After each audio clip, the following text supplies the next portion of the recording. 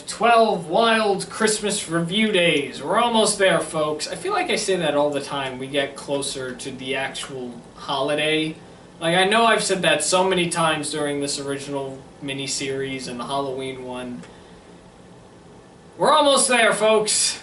Today, much like Four Christmases, we are talking about a film I had never seen before until this year, actually. It's a film I've been aware of for a while. I just never had the time to fully sit down and watch it. I never thought it was really interesting upon first glance or the trailer, but I figured, you know what? Why not? I saw Four Christmases. I've seen various other amount of things I never thought I would see. Let's watch this one. This is I'll Be Home for Christmas. Released in 1998, college student Jake Wilkinson has no interest on visiting his family for Christmas. That is until his dad makes a deal with him that if he can make it home by 6 o'clock on Christmas Eve, he can have the Porsche. Now, Jake is on board with the idea of coming home. But his travel plans change after a group of bullies leave him stranded in the desert, dressed like Santa a few days before Christmas. Now Jake is on a journey to make it home in time for Christmas and uses his manipulative powers to get his way through most of his obstacles.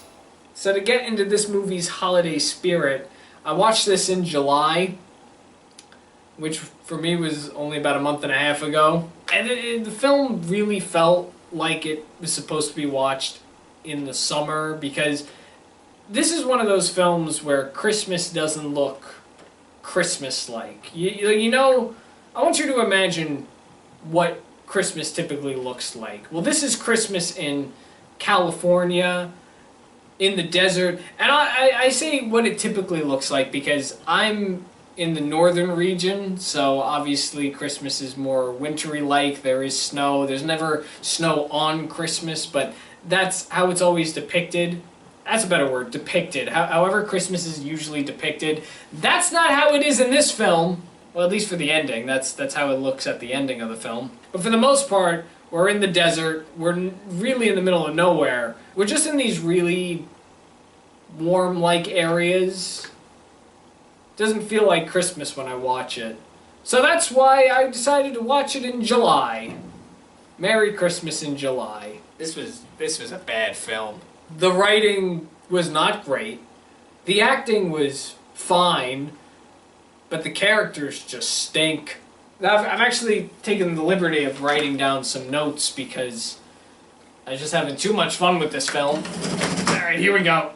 So the reason why Jake does not want to go home is because he doesn't like his dad's new girlfriend. His mom passed away, and they don't touch upon that so much, but you can just tell by the character that he's not comfortable around his dad's new girlfriend. I guess they make things work by the end of it. Jake is just a jerk. So the movie acknowledges that Jake is a jerk. Like he sucks. The one scene I liked that acknowledges this is when he was in the diner and he goes to this waitress Marge. There's a scene where he's like trying to help a cop get back together with his girlfriend who works at a diner, and her name is Marge. And at one point they just acknowledged how much of a manipulative jerk he is. It's also just not a great feeling to know that the only reason why this kid is going home for Christmas is so he can get a car. It's not even to enjoy the warmth of his family. No, he wants a car. He wants the family Porsche. Hi, Dad, where's the car? That's essentially what it would have been like had it gone down that route. Spoiler alert, he doesn't get the car. He's only a few seconds late. He does make it home, but he doesn't want the car in the end. He was left in the desert dressed up as Santa because of the holidays. Ho, ho, ho. This is one of those movies where the character is just on a massive journey and we're supposed to be enjoying it. I didn't enjoy it that much because Jake just stinks. So he first lies to an old lady so he can get a ride home, and then something happens within the car. I don't fully understand what happened in the car for them to get mad at him and they all just kick him out of the car. He spends the night in a sleigh. Then when he wakes up, he gets a ride from a guy named Nolan who's a little strange. He's carrying a bunch of stolen things. Jake almost gets hit by him also. He almost gets hit by the truck Nolan is driving. And then they get pulled over by the cop that I mentioned, and they end up going to a little hospital area, donating stuff to kids, but they're donating the things that Nolan stole.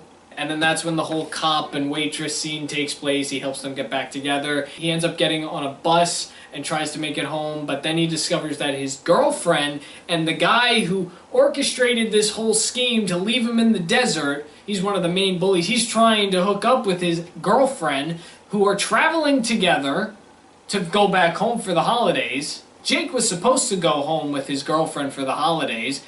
Just didn't happen, because he got left in the desert with no communication whatsoever. But he sees that the two of them kiss at this motel. It's like broadcast on TV, so he makes his way to that hotel, and he does so by fibbing that there's a kidney that needs to be put into somebody. There's a liver.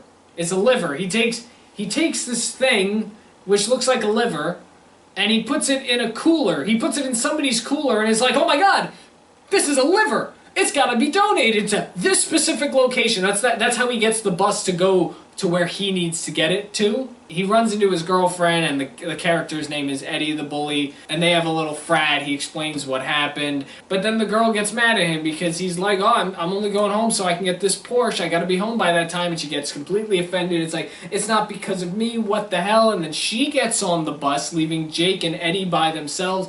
Jake and Eddie drive together, but Eddie's like, "Ah, man, if people knew I was driving with you and doing all these nice things, I'd lose my reputation." So he kicks Jake out of the car, drives away himself, and then Jake ends up in a Santa running marathon, and he runs and wins the marathon, and he wins all this money, but then learns that the money was supposed to go to the mayor, who always wins, and he donates it to kids, and he gives the money back. Then it leads into him calling his sister to help him plan out how he can get on a plane, but it doesn't work, so he just sneaks in the cargo section of the plane, and then he steals a slave from a parade, and then he makes it home for Christmas.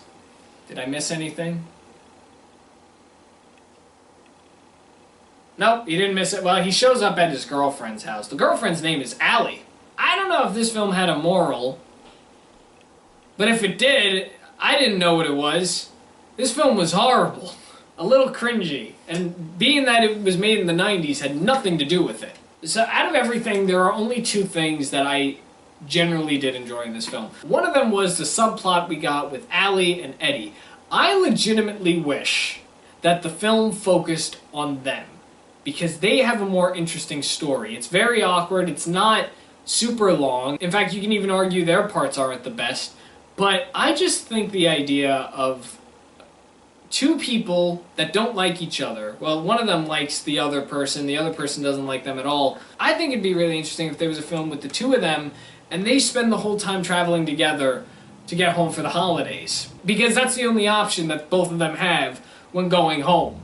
I think that'd be really interesting, and we focus a little on those scenes, and some of them I thought were fine, but I just thought that'd be a really interesting film to watch, just these two interacting with each other, and then by the end of the film they fall in love. It'd be a nice little romantic film. It doesn't go down that route. In fact, I actually think Eddie goes to prison. I think he gets arrested by the end of the film. I just realized that the second thing that I enjoyed, Alright, there is no second thing. There's no second thing that I actually enjoyed. It turns out that was for something else. My notes for these films got mixed up. I only enjoyed one thing, and it was thinking about how this film could be different. That's I'll Be Home for Christmas. I tell you this, I wouldn't go home. So that's it. That's all I have to say on I'll Be Home for Christmas. If you'd like to give it a watch, you can. Give it a fun watch. I'll leave it up to you if you like it. I personally would be fine if I never saw it again. I think the ending was also a little strange. The ending was a little weird. Like, he made it home for dinner, and there's dinner on the table, and they spend a good most of the time just at the door talking to Jake, and then they go on a sleigh ride. You left your hot dinner in the dining room.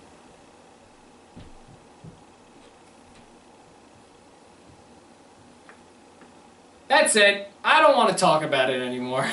So that's I'll Be Home for Christmas, a very interesting story, and also that's day 9 of this project. We have only just a few more days left, and tomorrow's day is actually going to be a much better one. We're not talking about anything super bad, instead we're going to talk about some pretty cute things. Things with an S. I'm breaking my own rule here. I wanted to talk about a few things, but I knew I only had a limited amount of time with this mini-series. So tomorrow we're going to talk about a story that has a few sequels. In fact, we've already talked about the main story in the previous mini-series, and all these are the sequels. And I'm just jamming them all together because there aren't that many, so I figure I could just knock them out one by one. But that's what we're doing tomorrow. We're going to have a nice trip in a winter wonderland, kids. So that's all I have for you today. Thank you so much for watching, and I will see you tomorrow. Thanks for watching The Wild Review on The Wild Reviewer, and you just saw me review a thing.